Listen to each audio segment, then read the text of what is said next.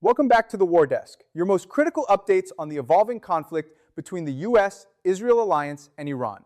Day 31.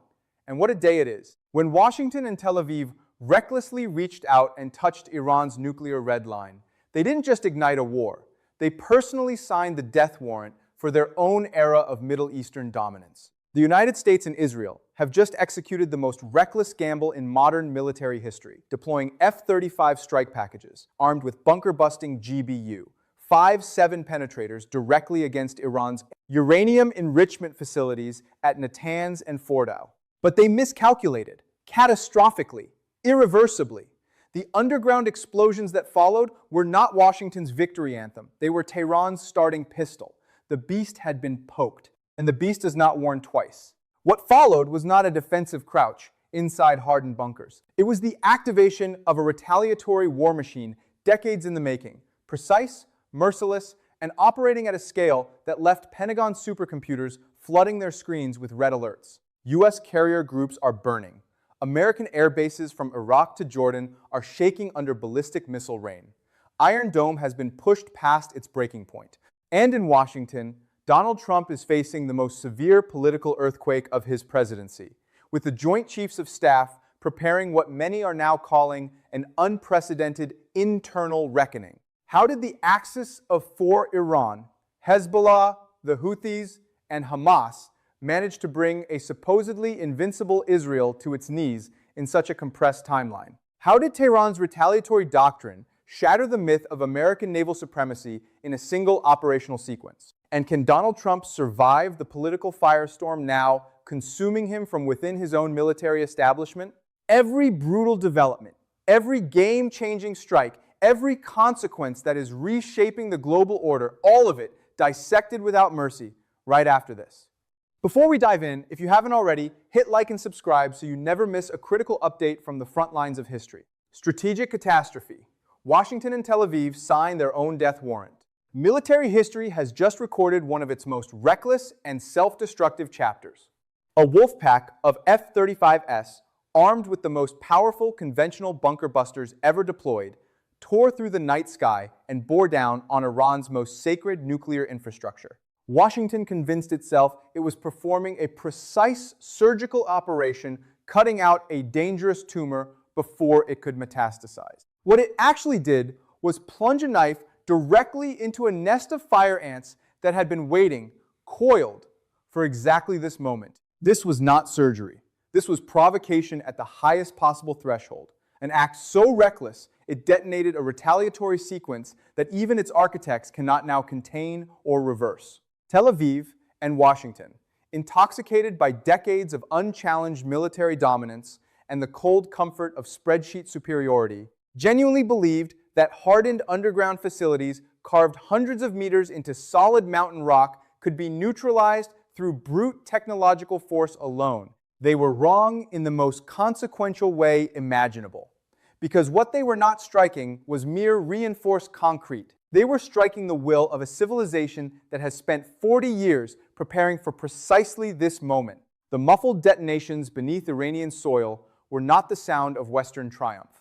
They were the funeral bell for American presence in the Middle East, struck by the hand of the very power that chose to provoke it. The moment the first bunker buster detonated, Tehran's response architecture, built across decades of patient preparation and refined under the pressure of maximum isolation, began executing. Not with warnings, not with diplomatic cables, with live fire. Thousands of launch bay doors swung open simultaneously across Iran's underground missile cities buried deep in mountain ranges. Long-range ballistic missiles and swarms of kamikaze UAVs streamed skyward like a storm front that had been building for a generation. This was not a proportional counterstrike. This was the full activation of a pre-planned annihilation sequence calculated to the millimeter, designed to overwhelm every defensive layer the enemy had ever constructed. As the skies above the Persian Gulf split open with thousands of fire trails, the execution of the death sentence against American military presence in the Middle East had officially begun. Washington lit the fuse, Tehran chose how it burned, and the Pentagon's most sophisticated early warning infrastructure was already drowning in threat data it had no answer for. Supercomputers, drenched in red alerts, thousands of inbound objects screaming toward carrier strike groups and forward operating bases. America had made the single greatest strategic miscalculation of its modern military history. It had assumed Iran would absorb the blow and retreat. Instead, Iran absorbed nothing. It detonated everything. Steel fist strikes the fleet. America's floating fortresses become cold steel coffins. If Washington considered its carrier strike groups the ultimate symbol of unchallengeable power, the iron fist capable of crushing any resistance anywhere on Earth, then Tehran just drove that fist directly into a shredder. The age of the slow, expensive, and catastrophically vulnerable floating giant is over. It ended not in a theoretical war game, but in the burning waters of the Persian Gulf and the Strait of Hormuz. The moment American and Israeli ordnance crossed Iran's nuclear red line, Tehran activated its maritime annihilation doctrine without a single second of hesitation. No more diplomatic theater. No more proportional gestures. What followed was a systematic, coordinated execution targeting the throat and the pride of the United States Navy simultaneously. Carrier strike groups, surrounded by the most advanced escort destroyers ever put to sea, suddenly appeared on Iranian radar screens as nothing more than enormous, slow-moving target coordinates waiting to be serviced. The USS Abraham Lincoln, the USS Gerald R. Ford, floating fortresses worth tens of billions of dollars each, wrapped in destroyer screens loaded with Aegis combat systems that the Pentagon had always considered the gold standard of naval defense architecture. The fatal error was overconfidence, the institutionalized assumption that layered American defense systems were categorically undefeatable.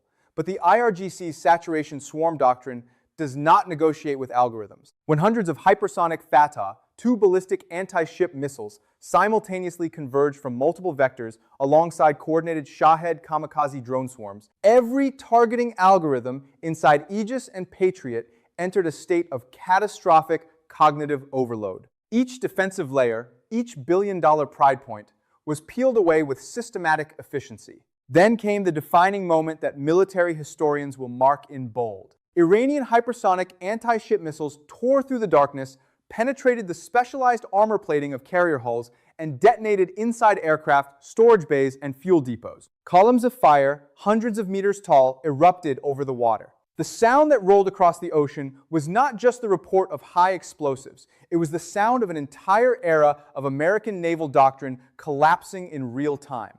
F-35s that never got airborne. Radar arrays that never achieved lock. All of it consumed in a firestorm. No defensive system could intercept or slow. For the first time since Midway, American aircraft carriers, the supreme symbols of post-war global power projection, were sent to the ocean floor by the military of a country Washington had spent decades dismissing as a manageable threat. This was not material loss measured in dollars evaporating. This was the complete and total bankruptcy of the forward power projection doctrine. Washington had lost its long arm. It had lost its strategic deterrence at sea. And most critically, it had lost the one thing no defense budget can replace: the credibility of the threat itself. Tehran had just demonstrated, with kinetic finality, that the most expensive collection of military hardware ever assembled cannot compensate for strategic arrogance and tactical poverty. Iran's air defense crushes the stealth myth. The West's greatest illusion dies over Persian skies. When Washington and Tel Aviv deployed their crown jewels, F-35 Lightning IIs and F-22 Raptors, they did so with the supreme confidence of predators who believe the hunting ground belongs exclusively to them. Pentagon hawks had sedated themselves on the comfortable fantasy that stealth technology worth hundreds of billions of dollars had rendered their strike packages effectively invisible, free to deliver destruction upon Iran's nuclear infrastructure, and simply disappear back into the night, without consequence. Reality arrived like a steel hammer directly between the eyes of the fifth-generation air power doctrine. Over Iranian airspace, there are no uninvited guests. The moment the first stealth fighters touched the edge of Iranian-controlled airspace, Tehran's multi-layered air defense network activated a digital kill grid of a lethality and sophistication that Western air power theorists had systematically refused to account for. Iran had not simply integrated Russian S-300 and S-400 systems into its defensive architecture. It had spent years quietly developing indigenous long-range air defense platforms alongside domestically engineered, active electronically scanned array radar systems with the specific capability of stripping away the radar-absorbent coating layers that Lockheed Martin's engineers had spent decades perfecting. In Tehran's operational framework, stealth is not invisibility. Stealth is a thin disguise, and Iran had built the eyes to see through it. The result was not an air battle. It was an aerial execution conducted at a pace that left Israeli and American pilots with no meaningful decision cycle. F-35s, the obsessive pride of the Israeli Air Force, were target-locked by Iranian long-range surface-to-air missile systems before their pilots could even sequence their cruise missile firing protocols. The sky above Iran erupted in orange fireballs, but those were not the flames of Iranian infrastructure absorbing American bombs. Those were billion-dollar stealth aircraft, disintegrating and carving smoking craters into desert floors and the slopes of the Zagros mountain range. The electronic warfare dimension was equally catastrophic for the alliance. Every advanced jamming and suppression system the Americans brought to bear was neutralized, reversed, and exploited by Iranian counter-electronic warfare technology. Seasoned Israeli pilots, men who had spent careers bullying technologically inferior opponents, found themselves cockpit blind, communications severed, and hurtling into a digital kill zone that had been pre-configured around their own operational signatures. The IRGC then executed the move that completed the psychological destruction of American air power credibility in the region. Iranian electronic warfare units reached out and seized control of the United States' most advanced reconnaissance, UAVs, Global Hawks, and MQ-9 Reapers mid-flight, turning the enemy's own surveillance assets into blind, silent liabilities. American command centers in Qatar and Bahrain lost their battlefield picture entirely. They watched the architecture of their operational plan collapse in real time, with no ability to reverse the cascade. Each aircraft killed over Iranian soil was not merely a financial hemorrhage for the Pentagon procurement budget. It was a bayonet driven through the central assumption of Western military dominance, the belief that technological spending translates automatically into battlefield supremacy. Iranian airspace is no longer contested territory. It has become a graveyard for the ambitions of those who believed money could substitute for strategic intelligence and national will. The axis of four, the death-grip Titan's empire drowns in a nightmare of its own making. While Washington and Tel Aviv were still processing the scale of their carrier losses and the wreckage of their stealth aviation doctrine, a second realization struck with equal force. This war had never been confined to Iranian borders. An integrated multi-domain military coalition, the Axis of Four, had simultaneously activated its total war posture, and the combined effect was a vice grip closing from every cardinal direction at once. Iran was no longer a single nation absorbing punishment. Tehran had become the supreme command, brain-cold, methodical, and operating through three battle-hardened extensions: Hezbollah in the north, the Houthis from the south, and Hamas at the interior. Together, they formed not a loose ideological alliance, but a fully integrated war machine where one actor's firepower serves as the launch platform for the next actor's advance, creating an attack matrix so dense, multi-vectored that no Aegis system, no Patriot battery, and no Iron Dome configuration in existence could decode and defeat it simultaneously. From the north, Hezbollah, Iran's most capable external military instrument, transformed Israel's northern border zone into a living hell, no longer sporadic exchanges. Hezbollah unleashed precision-guided rocket and missile barrages against command centers, ammunition depots, and strategic population centers simultaneously. Israeli radar networks choked on the volume. Elite armored formations were frozen in place under relentless MLRS fire from fighters who knew every contour of the terrain they were defending. Hezbollah struck with the measured confidence of an army that had been preparing this specific operational scenario for over a decade. From the south, the Houthis, once dismissed by Western analysts as a ragtag insurgency, proved definitively that they are the nightmare scenario for every Western naval planner who ever drew up a Red Sea contingency. Equipped with Iranian-supplied targeting intelligence and guided by Tehran's satellite and electronic warfare infrastructure, Houthi forces locked down the Red Sea lanes and the Bab el-Mandeb Chokepoint with long-range anti-ship cruise missiles. American and Israeli resupply vessels were hunted without pause. Washington's confident narrative about guaranteeing the free flow of global commerce was dismantled in real time. The Houthis were not just sinking ships, they were strangling the economic lifeline of the entire alliance while bleeding American operational budgets at a rate no defense appropriation could sustain. At the interior, Hamas and allied resistance factions within Gaza struck deep into the seams of Israel's internal security apparatus. With IDF formations stretched thin across the Iranian and Hezbollah fronts, Hamas exploited the resulting gaps with surgical precision, striking at strategic infrastructure nodes and command layer targets, injecting chaos and fear directly into Tel Aviv's decision-making hierarchy at the exact moment it could least afford cognitive disruption. Tehran's role in this architecture was that of a tiger with wings, simultaneously projecting raw power and the kind of flexible, responsive operational intelligence that transformed its partners from independent actors into synchronized instruments of a single, unified campaign. Iran did not need to march conventional armies across international borders to dominate this battlefield. It needed only to activate what it had already built, and the entire region erupted on command.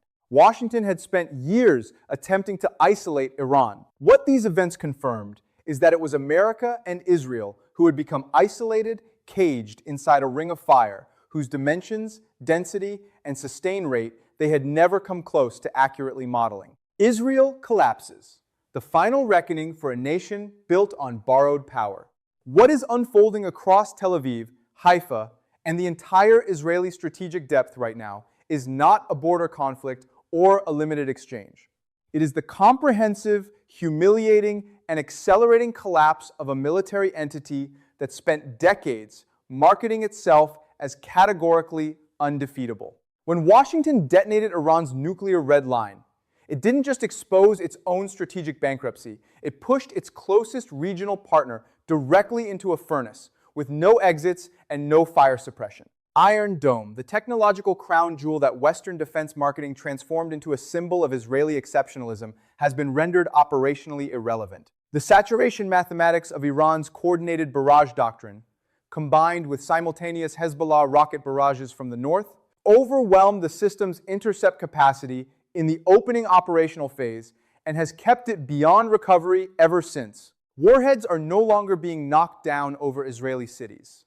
They are arriving. Command centers, energy infrastructure, strategic port facilities. The missile salvos finding their marks are not distributed randomly across civilian areas. They are systematically dismantling the operational and economic sinews of Israeli national power. The port facilities at Ashdod and Haifa, the arterial lifeblood of Israeli import and export capacity, have been struck and functionally degraded by precision fires from Hezbollah in the north and Houthi maritime strike. Packages from the south simultaneously. No resupply flowing.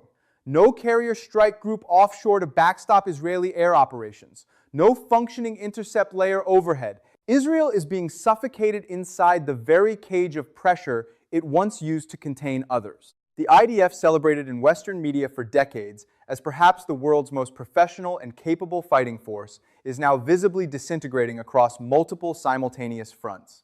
Merkava tanks, the pride of Israeli armored doctrine, burn on roadsides, abandoned or destroyed before they could be brought to bear against the threat axis they were designed to neutralize. The economic dimension of the collapse is moving as fast as the military one.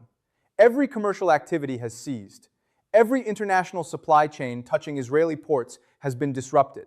The national treasury is hemorrhaging at a rate that peacetime GDP cannot hope to offset. And the one guarantor that was supposed to prevent precisely this scenario, American naval power positioned offshore, is no longer a factor in any operational calculation. Israel is now confronting the terminal consequence of building national security entirely on the assumption of indefinite external patronage. When that patronage folds under the weight of its own catastrophic losses, what remains is a nation that never completed the task of developing genuine strategic self-sufficiency. The bunkers of the Israeli military command structure are filling with the stunned and the directionless officers trained to dominate, now huddled underground processing, a reality their entire professional doctrine told them could not exist. History has never recorded Israel in circumstances this dire. A regional power entity, now a diminishing collection of burning ruins, diplomatically isolated,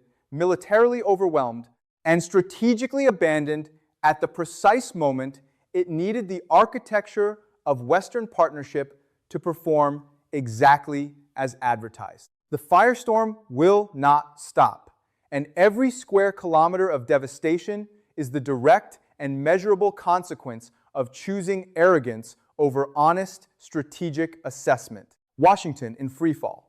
Donald Trump faces his reckoning from inside the Pentagon. While the Middle East convulses under the weight of Tehran's retaliatory doctrine, the other epicenter of this earthquake is located not in any combat zone, but inside the corridors of American institutional power itself. The White House is no longer a global command hub. It has become a besieged compound wrapped in a suffocating atmosphere of fear, recrimination, and cascading institutional breakdown. Donald Trump, who built his political brand on aggressive confidence and the projection of unilateral American dominance, is staring directly at a reality his entire political psychology was designed to avoid. The carrier groups are gone. The stealth aviation doctrine is exposed as a fantasy.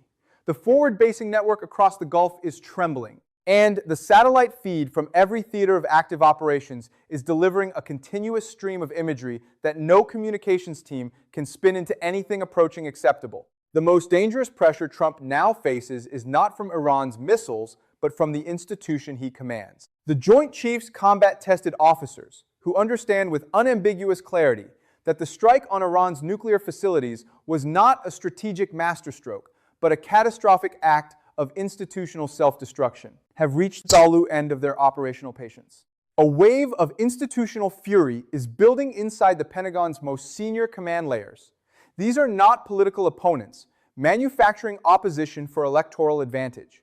These are military professionals who watch the world's most expensive armed forces suffer devastating and avoidable losses because of decisions driven by political theater rather than strategic calculation. The documentation of accountability is being assembled. The charge is precise: engineering a military catastrophe with no viable exit strategy at the cost of American lives, American hardware, and American strategic credibility across every theater simultaneously. That charge, building in classified chambers across the Potomac, hangs over Trump's political survival like a blade that grows heavier with each new battlefield report. The contrast with Tehran could not be more complete. While Iranian command structures operate with the composed precision of an institution that has been rehearsing this moment for 30 years, Washington's crisis management apparatus is convulsing, populated by advisors who cheered the strikes loudest and are now the most visibly paralyzed by their consequences. The fear of impeachment, of historical condemnation, of being recorded as the administration that broke American superpower credibility, is consuming the West Wing in real time. American citizens are beginning to respond, not with flag-waving support for military intervention, but with street-level demands for accountability from an administration that sent their sons and daughters into a strategic trap with no extraction plan. The domestic political weather is turning with a speed that mirrors the operational collapse abroad. Washington is not shaking from Iranian ordnance. Washington is shaking from the internal collapse of its own self-belief, and that particular wound no defense appropriation bill can close. The Lion's Anthem. Iran rewrites the rules of global power with fire and will. When the smoke from America's sunken carrier groups finally disperses and the silence permanently settles over the wreckage of stealth aircraft scattered across Iranian mountain ranges, what will remain is not a battlefield. It is a new global order, written in fire, bearing Tehran's signature, and impossible to reverse. Iran did not arrive at this position through negotiating table promises or international forum speeches. It forged this position across decades of strategic patience, domestic scientific determination, and the absolute refusal to allow external pressure, however crushing, to redirect its national trajectory. Look at how Tehran manages the post-kinetic phase of this conflict. While Washington processes its political trauma and the impeachment machinery grinds toward Trump's future, Iran has already begun establishing the security architecture of what comes next, calmly, methodically, without the need for triumphalist theater. The rubble of Tel Aviv and the haunted silence across American forward operating bases in Iraq, Jordan, and Qatar communicate Tehran's position more eloquently than any press statement. The victor sets the terms, and Iran is now setting them across every strategic maritime lane from the Strait of Hormuz to the southern Red Sea, establishing facts on water that no future diplomatic negotiation will easily unwind. The axis of four, Hezbollah, the Houthis, Hamas, and Iran at the apex, has proven that it is not an ideological convenience, but a genuine integrated warfighting system capable of simultaneous precision operations across multiple geographic domains. The degradation of Israel across every dimension, military, economic, psychological, and infrastructural, was not achieved through a single overwhelming blow, but through the relentless application of coordinated, sustained, multi-vector pressure that exhausted every Israeli defensive system and resource simultaneously. What the world is witnessing is the complete exposure of what happens when a military doctrine built on financial superiority and technological mythology meets a military doctrine built on operational creativity, strategic depth, and the kind of national resolve that no sanctioned regime has ever successfully extinguished. Iran did not need more aircraft carriers. It needed better ideas, longer patience, and the will to execute when the moment arrived. The nations of the broader Middle East, those that spent years calculating their security wagers based on American reliability and Israeli invincibility, are now recalibrating every assumption simultaneously. The architecture of the Abraham Accords, the Gulf security partnerships, the forward basing agreements, all of it is being reevaluated through the lens of what just happened in real time, with real hardware and real consequences that no amount of diplomatic management can paper over. Washington can no longer credibly invoke the rules-based international order it spent 40 years constructing, not when its own actions shattered those rules and the military instrument it used to enforce them now lies in pieces on the ocean floor. Trump, the political avatar of American unilateral confidence, is already receding toward irrelevance. The empire that lent him his stage is entering its twilight, lurching through the consequences of its own arrogance, having collided with a wall of steel that bore a name it had spent decades underestimating. This is not Iran's triumph alone. It is the declaration written in the language that power structures actually understand that the 21st century will not be organized around a single dominant center. It will be organized around the demonstrated capacity to defend sovereign space against those who believe their budget size exempts them from consequence. Never provoke a nation that has spent decades preparing for the day you finally did. Never discount the will of a people who decided long ago that the ocean floor was a more acceptable outcome than submission. The reckoning has been delivered. The ledger has been settled. And when the fires finally cool, what the world will see in their place is a Middle East shaped by those who had the discipline to earn it, not those who assumed they were entitled to it. What do you think about how this confrontation is reshaping the global power landscape? Is Iran's rise marking a genuine historical turning point, or is this simply the opening movement of an even more volatile sequence yet to come? Drop your analysis in the comments and let's decode what happens next together.